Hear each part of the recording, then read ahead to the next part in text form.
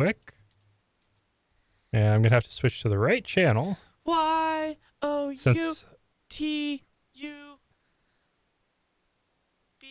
Okay. YouTube. We have 103 subscribers on our channel on YouTube now. Oh, that's better than 6. And we are streaming live with good health. So and if frappuccinos. I'm going to post the link to this when I can drink that for a week. Find that. Should update the basic details. Yeah, like the episode number and the guest. Because that's always fun. Our guest. Oh, yeah.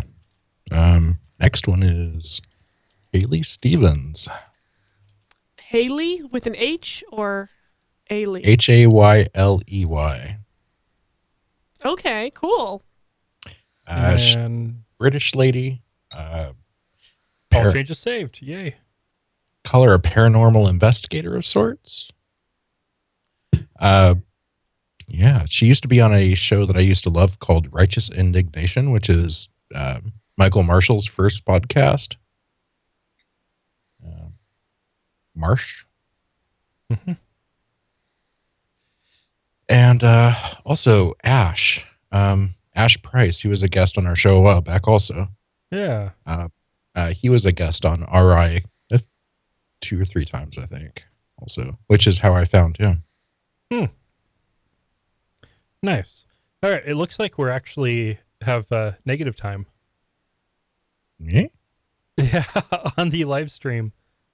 Okay. So I don't think it's actually started yet, but I want to find the link to it. Okay. And I am... It'd be this one. Maybe. Is there a way to have a permanent link to a private YouTube channel? To the channel, yes. That's what I will do. I will just put a link to the channel. That's the ticket. Way to go, Wesley. Well, I was thinking that'd be a nice thing for Patreons if they wanted to. Ah, yes. That too. And it should not be that hard. You channel. You need to drink There more. we go. News live.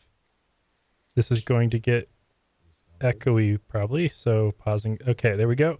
And now I'm going to go to Facebook. Sweet. Sorry, people watching live on YouTube. I am posting it to Facebook now.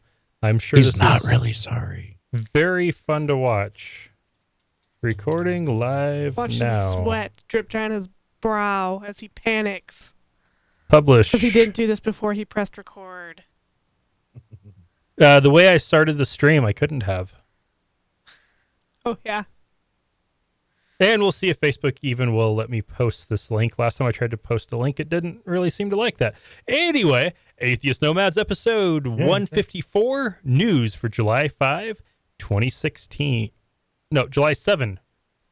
Atheist Nomads episode 154, news for July 7, 2015.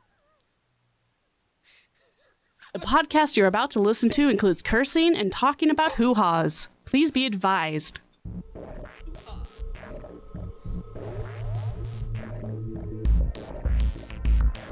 We are the Atheist Nomads, bringing you history, science, politics, religion, and interviews with leaders in the atheist community. Not all those who wander are lost. But some are. Welcome to another episode of Atheist Nomads. Hooray! I am Dustin. Joining me as always is Wesley. God forbid, no more wireless disconnects. Yeah. Hello. That would be quite nice. And joining us today is my lovely wife, Lauren. And Rocco Taco on my lap. And Bucky at my feet. All We right. were eating Choco Tacos earlier. Oh, Last night. nice. Shh, he doesn't like to split the fame with them. Okay, so we are recording this live on YouTube. We're going to keep doing this for a little while and see how that goes. And for news, Sci-Fi Nomads is now officially launched. Yeah. And You you can- won't hear about it again on this channel. Well, you will later this episode, but you can find it. That's foreshadowing for some feedback that we're going to have to cover.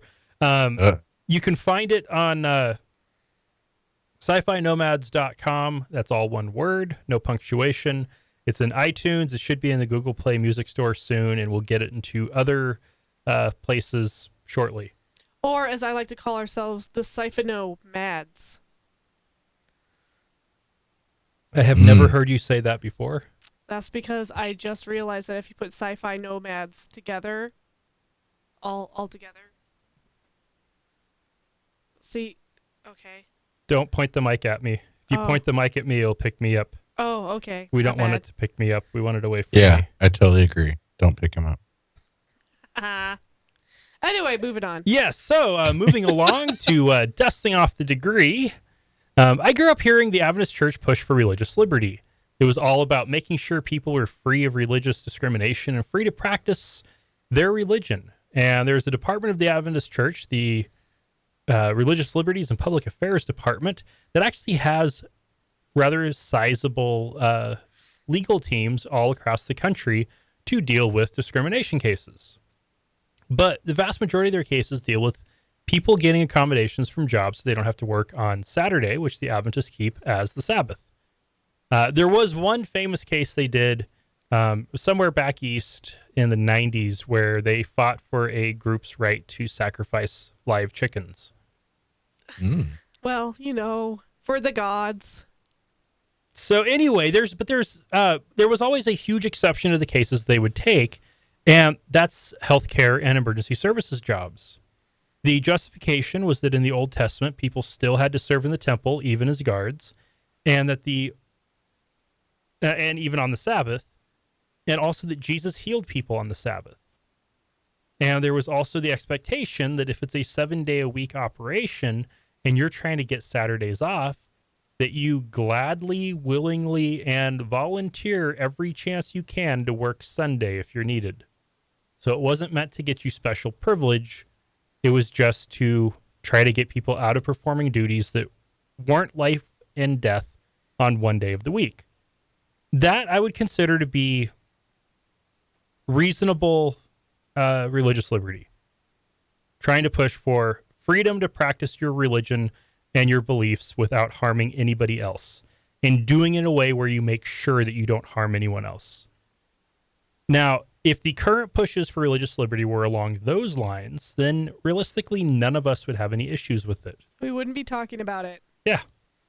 Instead, what we now have is a hypersensitivity to what needs accommodation.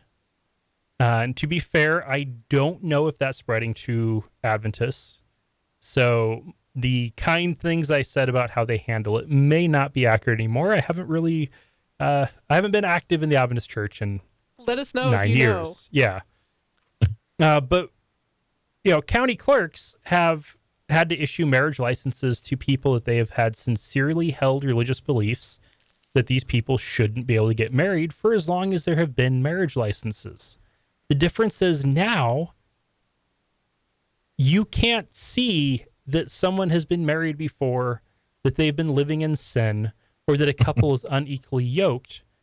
But it's usually pretty easy to see if the two people before you are of the same gender.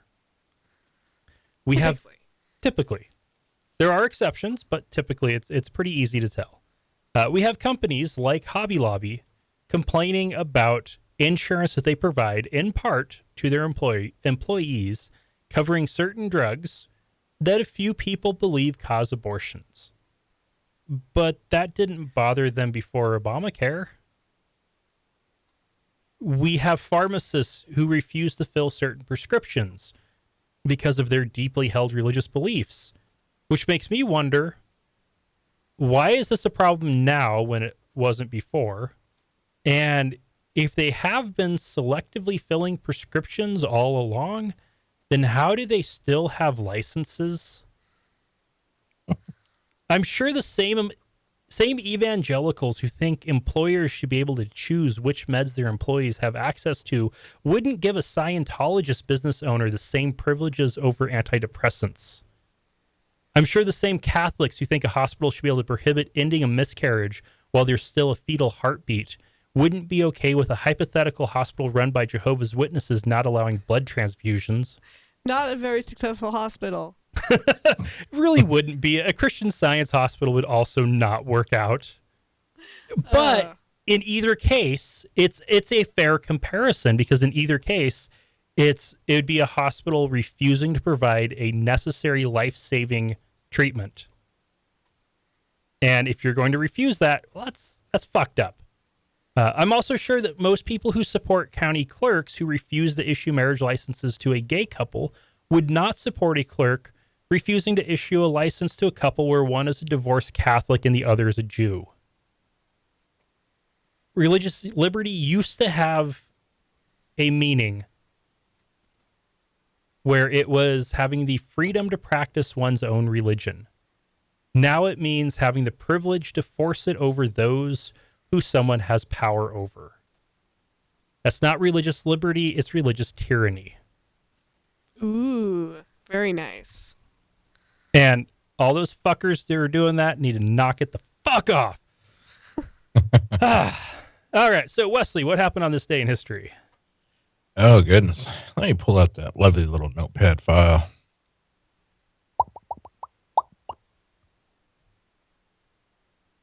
All right. So,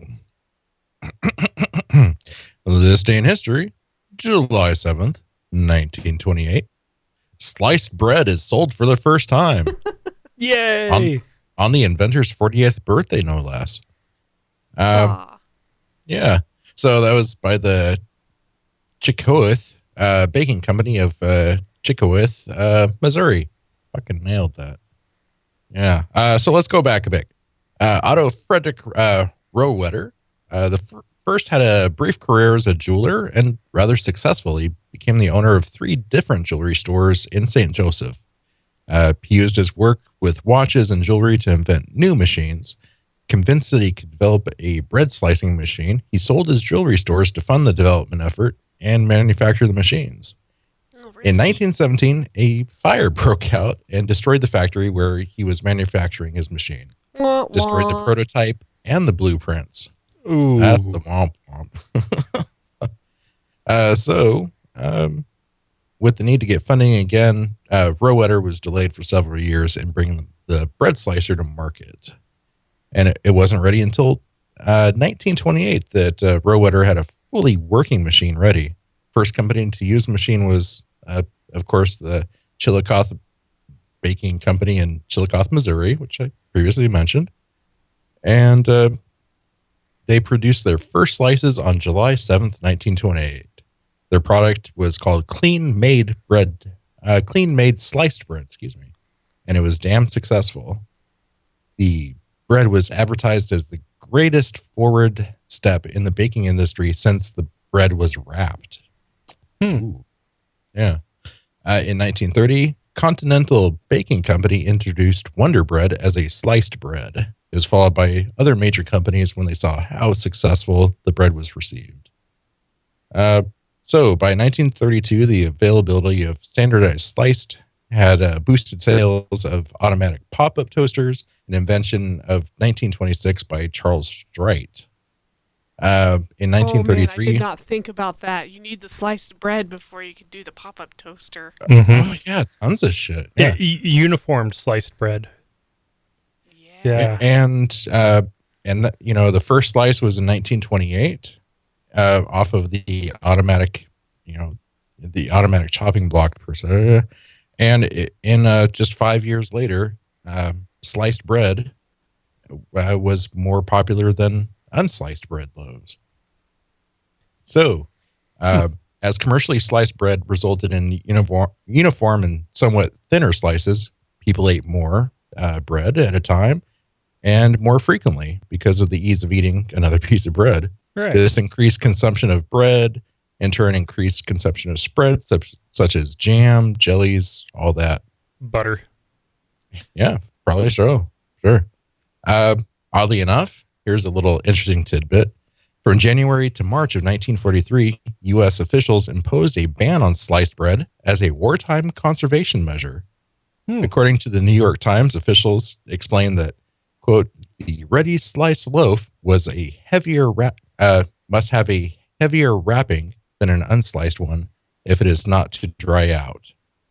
So, yeah, it was also intended to counteract a rise in the price of bread caused by the Office of Price Administration's authorization of a 10% increase in flour prices.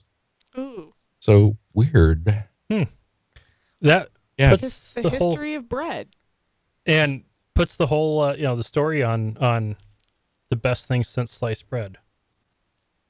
Yeah, that was actually, I believe, some guy in Kansas, a newspaper author in Kansas, wrote something like that, and it just kept on mutating and changing over time. Well, and it would have made sense considering the fact that right after this invention was the Great Depression.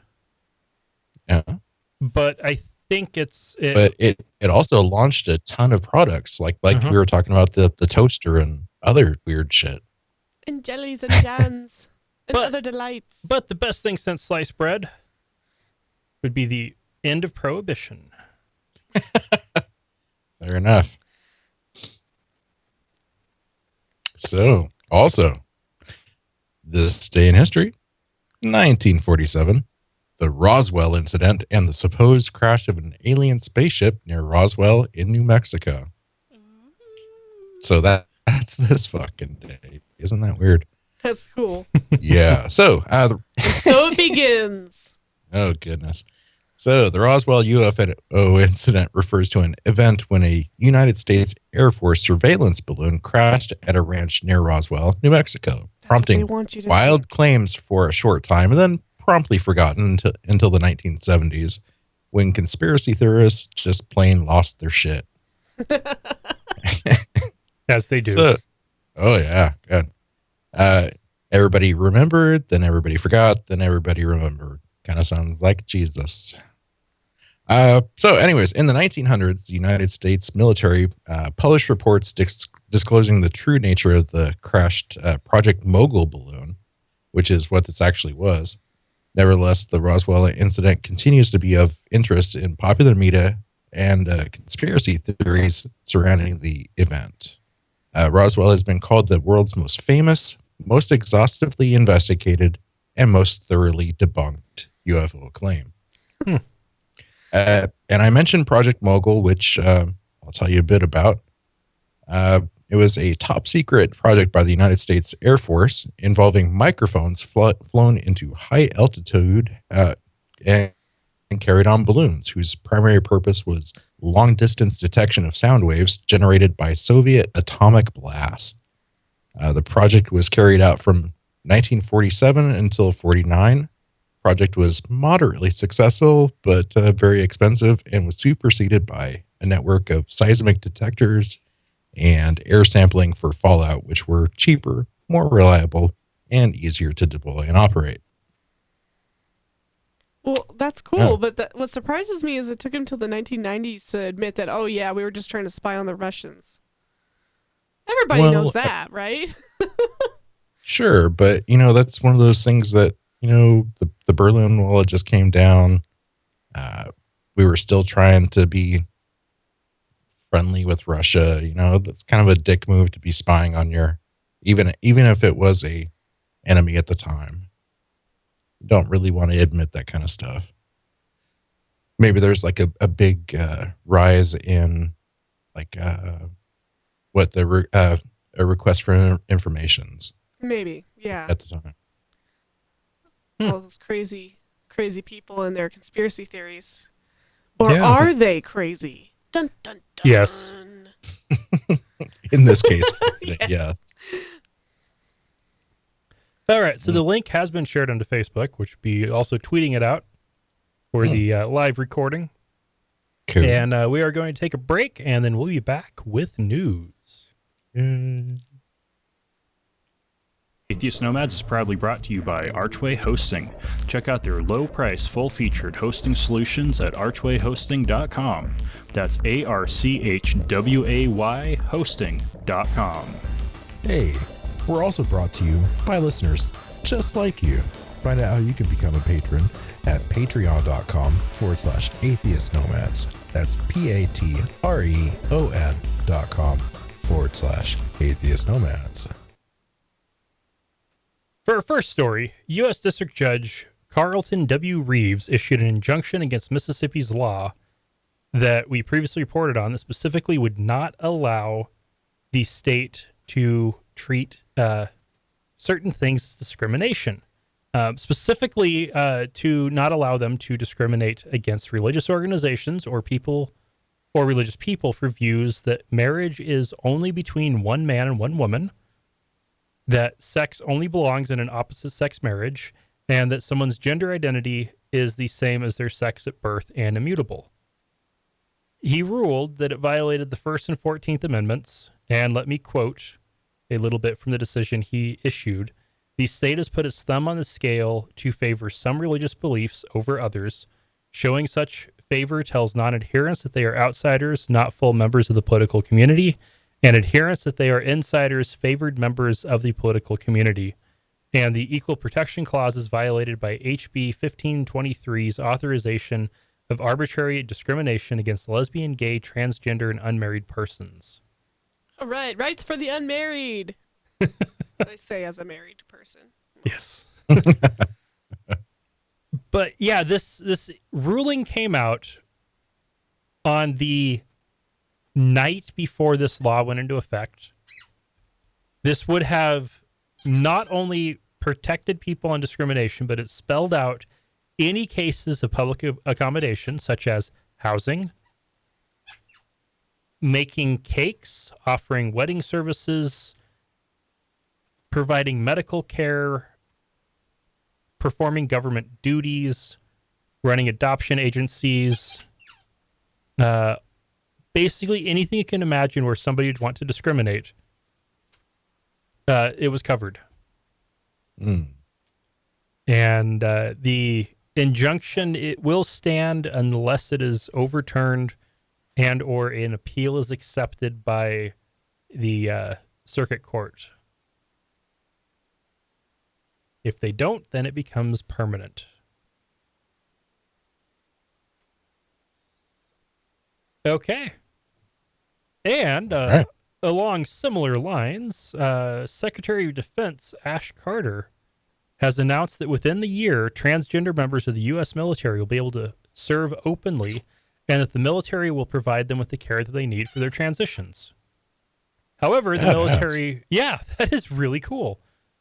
However, the military will only be providing for transition care for those who are already serving. New recruits will be required to have completed any medical portions of their transition and to, and I quote, to have been stable in their preferred gender for 18 months as certified by their doctor. Huh.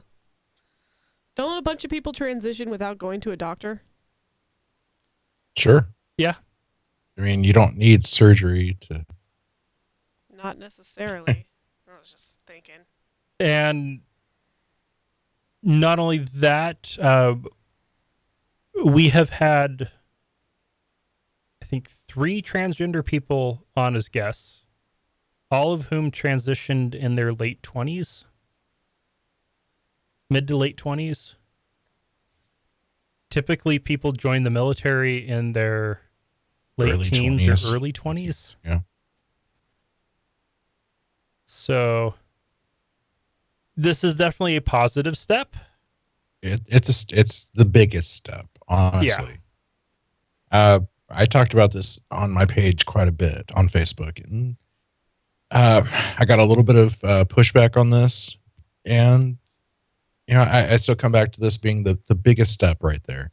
After this comes, the inevitable couple of lawsuits that will basically take the 18-month thing away, clear this up, and it will basically take care of itself with those couple lawsuits, I figure. But I mean, this just came out Yeah. and it's just hitting the military right now. The actual regulations haven't been written yet. Yeah. Right. Yeah.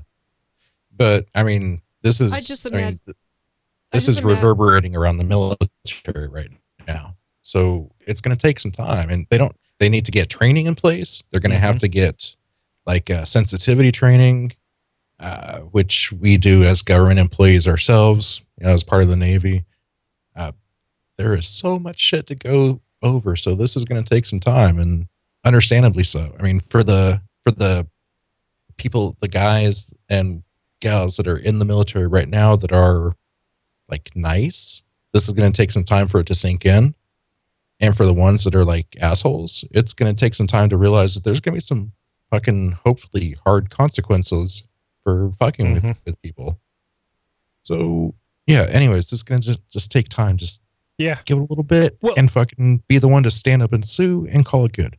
Well, and the 18, needing to have completed any medical steps with the transition, that I think makes sense. You don't want somebody to enter the military who is actively undergoing medical care.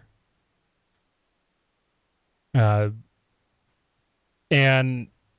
I think the 18-month part, I agree. That part seems a little bit odd and arbitrary. That's excessive, way excessive. By the time somebody comes out as trans, they've been struggling with it and thinking about it and deciding on it for a lot more than 18 months. And once they make that step, the odds of deciding to switch back would be near zero. Yeah. Yeah. Very near zero. So I think the 18 months is kind of ridiculous, but I do understand the wanting medical parts to be done first.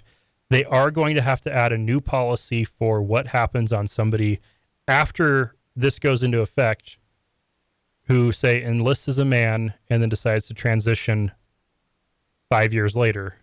Well, there's no doubt. I mean, I'm sure, a large handful of trans people that are in the military and unable to come out right now.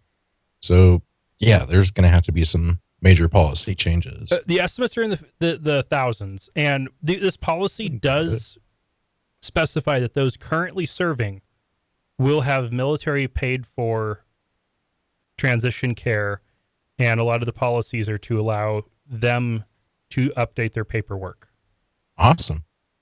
Yeah, I'm pretty sure people just don't want to have their taxes go to transitioning people. So they're going to throw in a couple of roadblocks to try and make it more difficult, but those will be torn down. Well, with the fact that they're offering it for those already serving, it seems strange and arbitrary to say, okay, we will cover it, but only for the next year. That's weird. Well, I don't see people joining the military so they can get their transitions paid for either. No. This just seems strange. Anyway. And speak up. Sorry, I'm really the Benadryl hit. Oh. Well, enjoy it. I have the noise gate turned up so that your mic doesn't pick up much of me, which means if you aren't speaking loudly, it's not going to pick you up either. I'm sorry. I'll try and speak louder. Just like, get up on it. Okay. That's what I do. For our, we still have two more national stories. Next up, two gay men in California filed a class action lawsuit against Spark Networks Inc. in 2013, claiming that ChristianMingle.com, CatholicMingle.com, and AdventistSinglesConnection.com, and also BlackSingles.com violated California law by discriminating against them over sexual orientation. As part of the settlement that has been agreed to, the plaintiffs will each be paid $9,000. Their lawyers will get nearly $500,000. Fuck. The lawyers always win. And the company will update the aforementioned sites, changing the option of either man seeking a woman or woman seeking a man to just man or woman. And they have agreed to eventually update their algorithms to allow for people looking for someone of the same sex. This company also owns jdate.com, but that site wasn't part of the suit, so it will not be affected. And they still won't be doing anything for bisexuals, genderqueer people, or atheists. Man, we need to like go over and infiltrate that shit. Sue. Payday. Yeah, as an atheist, I really want to date a Christian. Mm-hmm. No. Sure. Well, no, but I want that option. Fair enough. Get onto that JDate stuff. Fuck yeah. Okay, Sue Cupid, there. all the way. Jew curls. Fuck yeah. You want your kid to have a curly mop of hair, don't you? Goddamn right. Well, you need to... Stereotypes, wait. man. Let's just dig Yeah, ourselves I into a can't- hole. I was have about to kids. dig deeper. Never mind. Moving along, Chris Galbatz is supposedly a national security consultant, and he has gone undercover to agitate with Muslim groups on numerous occasions.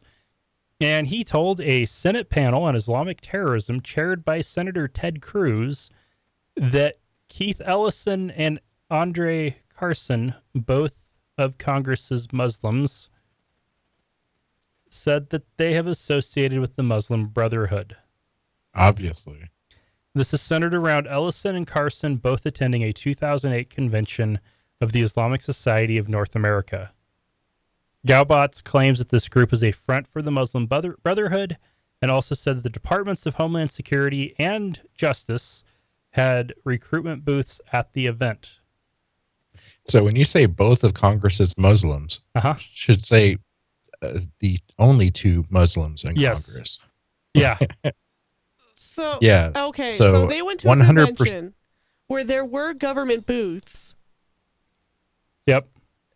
and they're somehow supporting Islamic terrorism just by being affiliated with this convention. This convention was being sponsored by the Islamic Society of North America, Well, it must be evil. which has no connection at this time to the Muslim Brotherhood. There may have been a connection in the past, but if there was, that was severed decades ago. I love this And- guy who's actually doing damage by going undercover and agitating said community. Mhm. Is now doing more damage by my brain froze. Yes, he is trying to incite acts of terrorism. On both sides at this point. Uh-huh. Yeah. All right. This man is an evil genius. This He's a supervillain. this panel, at least with the direction he took it, sounds a lot to me like McCarthy's Un-American Oh yeah, the Red Activities Scare. Committee. Yeah. Fuck yeah. And Ted Cruz has decided to associate himself with this. Well, What a yeah. what a fucker. Ted Of Cruz wants course. to be ultra Mr. Christian all the time. So How anyway, did he get on the panel on Islamic terrorism? he's a senator, And who does he look like? and Some certain junior senator from the 50s? Cruz also chairs the committee that is doing this panel. Yeah. So that's how he managed to get on it. He has weaseled his way into positions of power in the Senate by being one of the most ridiculous members of the Senate. Don't insult weasels by comparing them to Ted Cruz. They are Snake, small, noble creatures. snaked his way in, creeped and crawled his way in, slithered. No, that's too snake-like. Snakes aren't that bad. Slid his way in. Yeah. Anyway, whatever. Discuss. We could go even more discussing. Anyway, let's not. Bud. So anyway, after the break, we will talk about real Muslim extremist groups and their activities. Ted Cruz for humanpresident.com. We love hearing from our listeners. You can email us at contact@atheistnomads.com, tweet us at atheistnomads, send us a message on our Facebook page at facebook.com/atheistnomads, or better yet, call us and leave us a message at 541-203-0666. We might even play it on the show. You can also help us out by leaving us a review on iTunes, Stitcher, or your podcast directory of choice. And we are back. So, for our first story, I'm catching up on my tabs. On January... Wrong month in my notes. On July 1, 6 gunmen entered a bakery in Bangladesh and set off bombs and opened fire. Their target was an area of Dhaka, Bangladesh, where a lot of international diplomats live. And apparently stopped for donuts. Yeah. And at several points, they asked and were allegedly very polite to other Bengalis and other Muslims.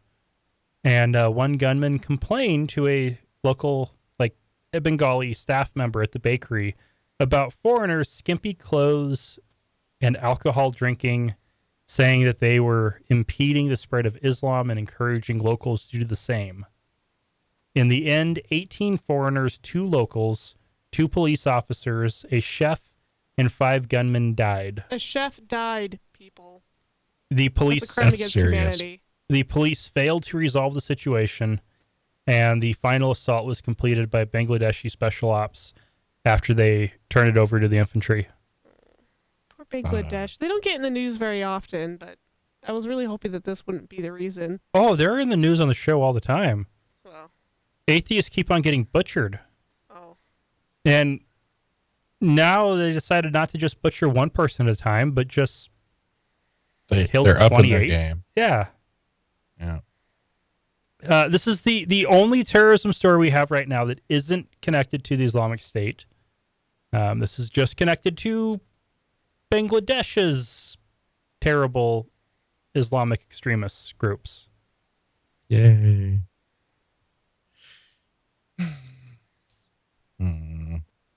So ISIS bombed 2 sites in Baghdad over the weekend. Both were in shopping districts and both in heavily Shiite neighborhoods. One attack killed at least 215 people. Jeez. The other one person. This made it the bloodiest attack since 2003. It's probably the most bloody and the least bloody all at the same time. 215 in one and one in the other. Yeah. Man. And these were just people that were going out shopping for the festival at the end of Ramadan. Right now we are in the middle of Ramadan, the Muslim month of fasting. And so these are people in the middle of their fast getting blown up for not being the right kind of Muslim. By All we other can do is Muslims. shake our heads because it is beyond my understanding. Yeah, one of the reports I was looking at about this, ISIS is increasing their attacks because they are actually starting to lose territory for a change. And as the Iraqi National Army has been retaking cities and villages, there have been a number of cases where militias that are working with the army are pulling up on people who are fleeing the villages that are escaping and capturing people. So there was one where there was 600 people walking along. They pulled up and said, "Hey, we're here to help. You have nothing to fear." And they separated the women and children from the men and teenage boys. And they sent the women to a government refugee camp. And they took them in and they separated them into 2 groups. Couldn't find what happened to either group, but I'm guessing one group got forced into the militia and the other one dead. Pretty crazy stuff. And in Turkey, at least 42 people have died and 239 were injured when 3 men opened fire at the Istanbul Ataturk airport before detonating their suicide vests. Great. These were 3 men from Russia and Central Asia who went through Syria to get into Turkey with all the guns and suicide vests as they crossed the border. Wow. Which, how did Turkey miss that? Seriously, that's one of the most guarded borders in the world. I'm betting, a little bit of money, grease the palms, Yep. get right through. Maybe some sensitivities. Or not sensitivities, wrong word. Sympathies. Oh, yes. Possibly, yeah. Mostly money, though. Probably money. I'm betting money. Or they didn't go through an actual checkpoint. And then finally, there were 3 bombings. Oh, and this, I say finally. This isn't all of the terrorist attacks that have happened in the last week. But there were 3 bombings on the 4th, so the day before we're recording this, in Saudi Arabia. They all had low death counts compared to the others. The most killed 5 security guards. But the targets were significant. The Prophet's Mosque in Medina, where Muhammad was buried, the second holiest site in Islam. That one was set off in the parking lot after guards got suspicious. There was the U.S. consulate in Jeddah. They didn't quite make it to the consulate, but they still blew up the car. And a Shiite mosque in Qatif. Fuck. Yeah. What's the point of bombing your own prophet remains? Well, what's the point of that? Saudi Arabia is majority Sunni, like 90+% Sunni, and the Kingdom of Saudi Arabia is viewed as a enemy number 1 of the Islamic State. Oh. Okay. So still the same. Well, actually, and Saudi Arabia isn't even officially. They're not quite Sunni. Was it Wahhabi? That sounds right. Which is a splinter off of Sunni, and so they're closer to the right kind of Muslim than the Shiites are, but they're still the wrong type of Muslim. And realistically, Saudi Arabia has the best claim for who should be the caliph, since they have the largest and most powerful kingdom in the Arab world. So the Islamic State, doesn't like them. They don't like Turkey because it is a way too liberal and secular of a country and is attacking them. Right. Okay. They don't like Iraqi Shiites. There was attacks in Jordan, Lebanon, and a number of other places quite recently. And ISIS has promised that there will be more throughout the rest of Ramadan. Oh, yay.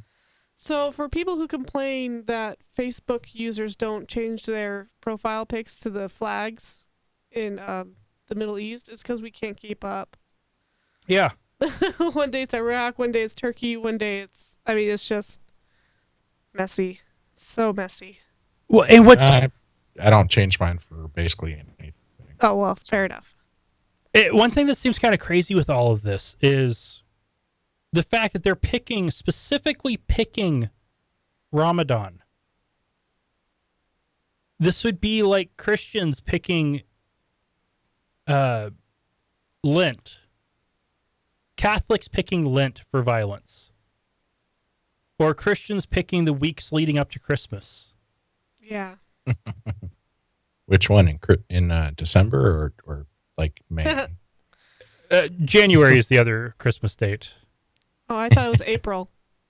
That'd be the more likely historical date, but Eastern Orthodox is in January and Western is in December.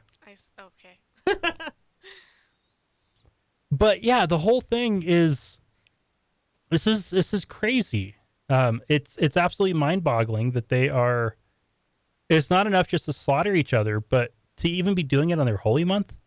Why? That's a brain freeze. I just couldn't get my head around it. It just goes to show how serious they are. Right. Well, everybody's listening.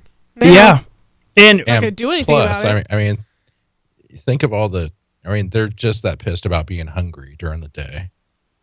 Like, fuck it. Ramadan. I'm hungry. I want a fucking burger. I don't know, something. Wow. Yeah, all right. Well, we're going to take our last break, and then we'll be back with something happier. Science! Science! And Wally. And Wally, the cat. So As a sweet. listener of the show, I'm going to assume you love my sexy vocal stylings. If you love the rest of the show as much as my voice, consider giving us the resources we desperately need to purchase quality cocaine and Red Bull. We make it super easy to make a one-time donation or to support us on a per episode, monthly, or even annual basis using PayPal or Patreon. Find out more at atheistnomads.com. Use the links on the right side of the page. $1 an episode is all we ask. All right, Lauren, what do you have for us for science? Well, we have good news, and then we have good news. So yay! Yay! I'm just going to talk about two things. Going to talk about the Montreal Protocol, which some of you probably might not remember, was enacted in 1986 and banned chlorofluorocarbons. Those were popular in aerosols, and because they discovered a hole in the ozone layer. Well, a new paper has been released that suspects that the ozone is showing strong signs of healing itself. Oh. Yes, so the hole is closing up, all because of the ban on chlorofluorocarbons, Yay! which is really fun to say. The paper suspects, though, that it probably won't be completely healed until 2050. That's 2050. Aha. But So not last year. but it just shows that if everybody works together, something big and devastating can be averted.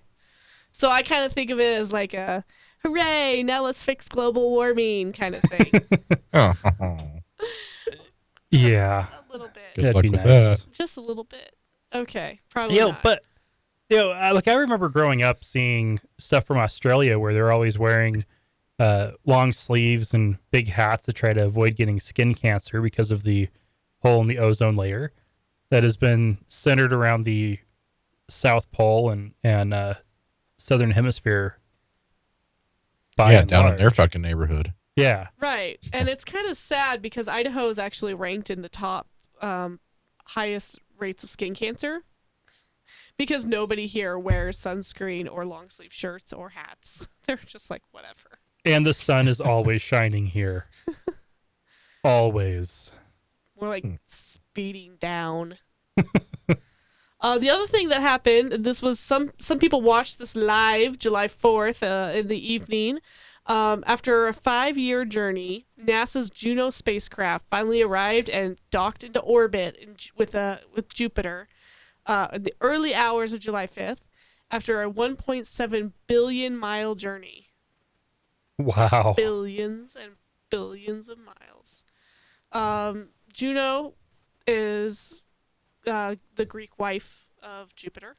Mm-hmm. So after Jupiter's been getting away with all of his cloudy storms for a while, Juno's peeking in now, seeing how things are going. Nice. Sweet. That was actually part of the myth, actually, that Jupiter would shroud himself in clouds when he was not being loyal, and Juno was the only god/goddess that could see through the clouds. And Aw. her cheating husband. Yeah. Yeah. It did send back. We did get images, including a fantastic view of the 4 Galilean moons going around Jupiter. You can even see one past Jupiter's shadow as it goes around. It's really, really cool. I would definitely suggest you go check it out. The link that I had shared is www.missionjuno.swri.edu. However, if you Google Juno Mars mission, or not Mars, Juno mission, there's also links to the actual video of the moons, and it's pretty cool. Nice. Sweet. So yeah, A couple things I saw on this that were pretty cool is they had to turn off all the instruments except for the cameras for that final little bit of descent into Jupiter's orbit because of the massive amount of radiation that Jupiter puts out. And all these instruments are in a heavily shielded compartment. Right, so everybody was holding their breath because there was a possibility of this going terribly, terribly wrong after 5 years, because it is like a shield, that the radiation surrounding Jupiter. They weren't sure if they're going to be able to get through it, but after 35 minutes of burning oil, they managed to get through, and they landed in orbit. Not on Jupiter, of course, but, in orbit of Jupiter. An orbit that's going to keep them away from the radiation as much as possible. Yes. It is the furthest a solar-powered spacecraft has gone. So there wasn't any oil being burned. Oh, sorry. It was nuclear power from a distant ball of fusion. Yay. So pretty freaking awesome. And there are 3 Lego characters on board. Aww. What? One of Jupiter, one of Juno, and one of Galileo. Aw, that's awesome. Little Galileo Lego. That's awesome. Anyway, that's all I have for today. Okay, so now it's time for feedback. First off, we've got Mark via YouTube. A longtime patron of yours from the UK, not under my Google account. I finally got around to watching you guys on YouTube. Adds a new dimension. You'll probably still listen mostly on the podcast, as I listen while traveling mostly, but it was really good to put some faces to the names. Good work, all of you. Keep it up. And that's why YouTube is awesome. And why I highly recommend listening to the podcast and not watching on YouTube. Oh yeah. I mean, You don't want your furry face to Oh, no. be It's viewed? not to not see us. That's fine. But we're talking heads. And now, especially now that we're doing the video live, you don't even get the benefit of the editing. Well, So no, but you do get to see dogs in the background and kitties and squeaky balls and all the random stuff that's on my rack, like dinosaurs and planets. I like my rack. I like your rack too. Oh, wow. Ah. I am on Benadryl, and now you can tell because You I walked right into that. one. Yep. That was good. Oh, that was good. I wish I had known it. I saw it coming a mile away. And if you're watching on YouTube and you made it all the way through the Shelley Siegel interview, I talked about this at the end, but I decided to cut it from the podcast because, anyway, we're going to cover it now. 2 stars from Miss Ginger 58. Uh-oh. This was a iTunes review. Love the regular podcast, but I can't stand this Chick's Pet Project geek thing. I've been listening for some time, and I think it's a 5-star podcast, but the sci-fi geek thing needs to go, please. If they want to do that, then they need to make a separate podcast for it. Once that nonsense stops, I'll change my review to 5 stars. All right, get back on iTunes and change your review then, Miss 'Cause Ginger. Miss Ginger 58, we have posted 2 episodes of Sci-Fi Nomads to gauge feedback before buying the extra domain name, hosting plan, etc. This is something I've already explained several times. I even put out a special 2-minute bit to assure those of you who don't like sci-fi that Atheist Nomads is not changing. Nope. Fortunately, the first person to complain emailed us. Didn't go to iTunes. I'm sorry that you had to click skip twice now, but that was a calculated risk I took to try to generate some interest and excitement for a second podcast before releasing it. However, have no fear. No more Sci-Fi Nomads episodes will be posted to this feed. As was the plan, it has its own website and feed now, and you can find the details at sci-fi-nomads.com or find Sci-Fi Nomads on iTunes and soon everywhere else that you find podcasts. I made the graphics. Yes. Nice logo. Thank you. And also, painting it as this Chick's Pet Project isn't accurate. First off, it was my idea initially, and Lauren bought in, which was quite nice.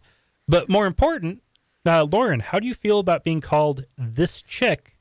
And also feel free to tell us about your actual pet project. Well, okay, so let's just say that when I first read this review, the tone in my head went, oh, no, you didn't. Because when you refer to somebody as this chick's pet project or this chick, that's an old school kind of insult. My mom worked hard. She worked her butt off to try and get people to stop using that word in that way. If you're hanging out with your girlfriends, you call them chicks, that's one thing. But if you're being derogatory, calling a woman a chick, it just comes off with a nasty taste. It's I'm demeaning. still kind of figuring that Miss Ginger 58 is a female also. Just a feeling. Which surprises me that the first time we got any kind of sexist derogatory comments about Lauren came from a woman. Which is why it's probably not sexist. It's probably just trying to be insulting, which it was taken as such. It worked.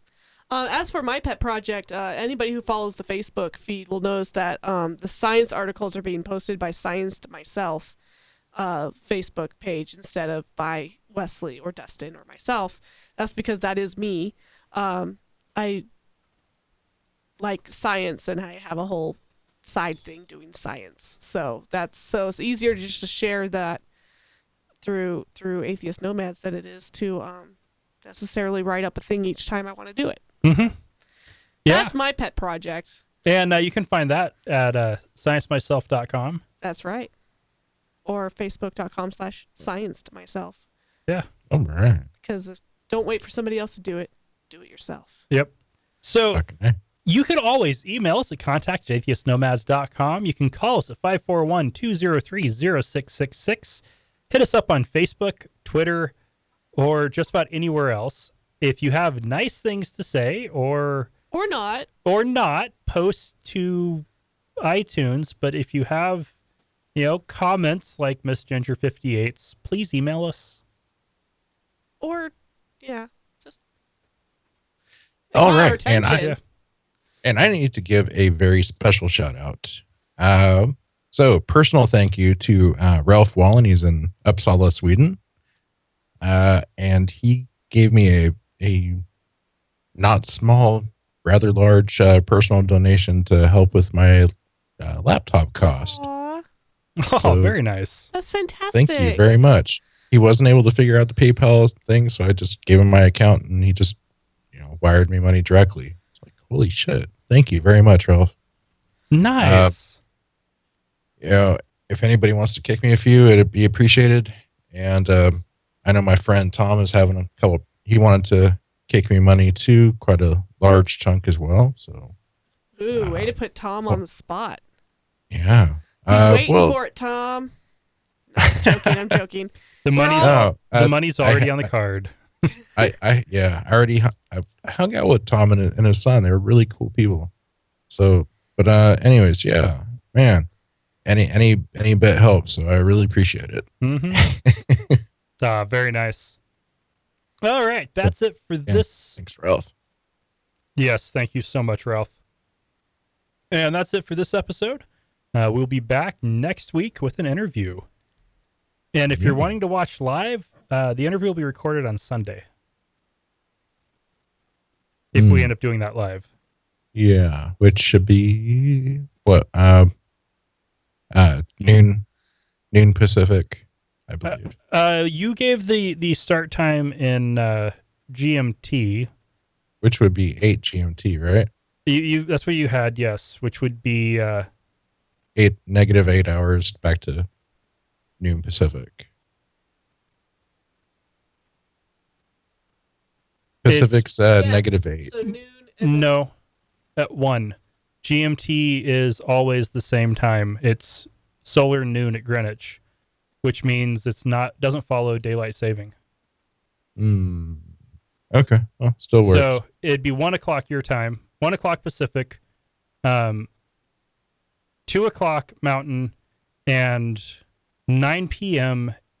in England. okay. Because that Greenwich. was thoroughly discussed. Good job, guys. Yes. Anyway, if you're wanting to watch live, look for the links on Facebook and Twitter, or just go to YouTube for our channel. So that's it for now. All right. Time for outro. And thank you for listening to another episode of Atheist Nomads. You can find show notes and contact information at atheistnomads.com. Follow us on Twitter at Atheist Nomads and like us on Facebook at facebook.com/Atheist Nomads. Please subscribe to the show in iTunes, Stitcher, or your podcatcher of choice, and while you're there, feel free to leave us a review. Theme music is courtesy of Sturdy Fred. Until next time, this has been the Atheist Nomads.